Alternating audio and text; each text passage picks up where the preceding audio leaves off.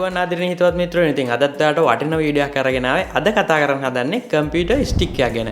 ඉතින් මේ කම්පියුටර් ගැන කතා කරොත් අඟල් 1.5ක් විතර පළල අඟල් 4ක් විතර දිගින් යුත් ස්ටික් එකක් ගැන තමයි අද කතා කරන්නේ. ඉතින් මේක ස්ටික් එකක් කිව්වට කම්පියුටර් එකක්.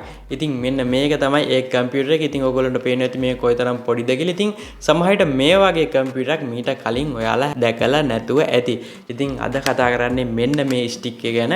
ඉතින් මේකට අවශ්‍ය කරන්නේ HDMI port එකක් තියෙන monitor එකක්. ඉතින් ඒ වගේම මේක USB port එකක් තියෙනවා. ඒ වගේම micro USB port එකක් තියෙනවා. ඒ වගේම SD card reader එකකුත් මේ ස්ටික් එකට ඇවිල්ලා තියෙනවා. ඉතින් මේක පුළුවන් අපි ළඟ තියෙන phone charge කරන power adapter එකකින් කම්පියුටර් එක ඔන් කරගන්න පුළුවන් හැකියාව තියෙනවා. ඉතින් ඒක ගොඩක්ම පහසුයි.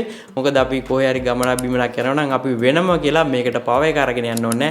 අපි ෆෝන් charger එකෙන්ම මෙන්න මේ කම්පියුටර් එක මේ ස්ටික් එක ඔන් කරගන්න පුළුවන් හැකියාව තියෙනවා.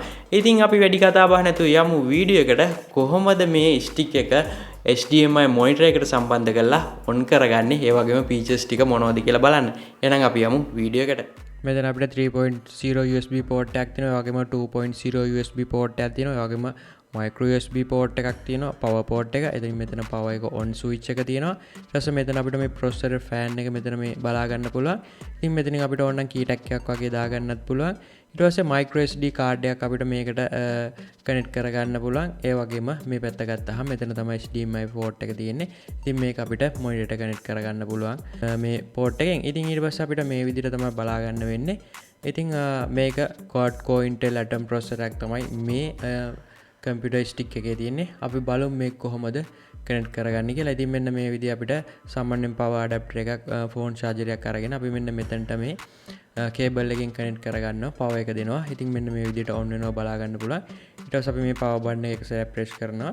wireless dongle එකක් අරගත්ත මේ mouse එක කනෙක්ට් කරගන්න. ඉතින් මම මේ dongle එක මෙතනට මේ USB port එකට කනෙක්ට් dongle එක කනෙක්ට් කරගන්නවා. කනෙක්ට් කරගෙන අපි බලමු කම්පියුටර් එක on කරලා මොන වගේද වැඩ කරන්න කියලා. ඉතින් මෙන්න මේ විදිහට අපිට බලා ගන්න පුළුවන් ඉන්ටර්ෆේස් එක. ඉතින් සාමාන්‍ය normal PC එකක් වගේම මේක on වෙනවා බලා ගන්න පුළුවන්. ඉතින් අපිට මෙන්න මේ විදිහට තමයි මේක on වෙන්නේ. ඊට ඉන්ටර්ෆේස් එක මේ වගේ. ඉතින් අපිට wallpaper ඕන එකක් දාන්න පුළුවන්. ඉතින් මෙන්න මේ විදිහට ඉන්ටර්ෆේස් එක බලා ගන්න පුළුවන්. ඉතින් මේකේ Wi-Fi තියෙනවා. ඒ වගේම Bluetooth තියෙනවා.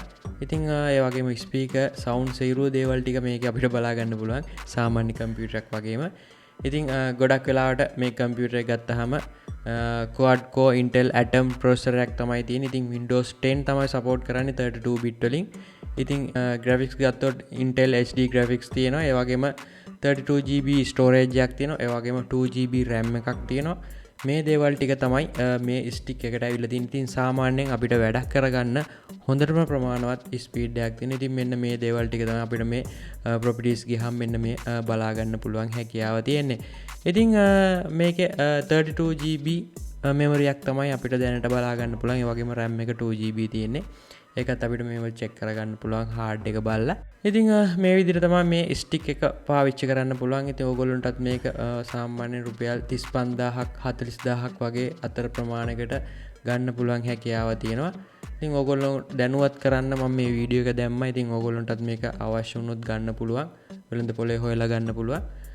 නැත්තම් කමෙන්ට් එකක් දාන්න. මම හිතනවා මේ වීඩියෝ එක ඕගොල්ලන්ට ගොඩක්ම වැදගත් වෙන්නේ නැති කියලා. මොකද සාමාන්‍යයෙන් අපිට කොහේ හරි ගමනක් බිමනක් යනවා නම් මේක PC එකක් සාක්කු එක දාන්න යන්න පුළුවන් නම් ගොඩක්ම වැදගත්නේ. ඉතින් ඒක නිසා අනිවාර්යෙන් මේ වීඩියෝ එක ඕගොල්ලන්ට ගොඩක්ම වැදගත් වෙන්නේ නැති. ඉතින් වීඩියෝ එක වැදගත් වුණා නම් අනිවාර්යෙන් like එකක් කමෙන්ට් එකක් දාන්නත් අමතක කරන්න එපා. ඒ වගේම channel එක subscribe කරලා නැත්නම් දැම්ම channel එක subscribe කරන්නත් අමතක කරන්න එපා. ඒ වගේම තවත් යාළුවෙකුට recommend කරන්නත් අමතක කරන්න එපා. එහෙනම් අදට මේ වීඩියෝ එක නවතිනවා. මේ වගේ තවත් වටිනා වීඩියෝ එකකින් ආයි හමු වෙමු. ඔයාලා හැමෝටම ජයෙන් ජයම වේවා.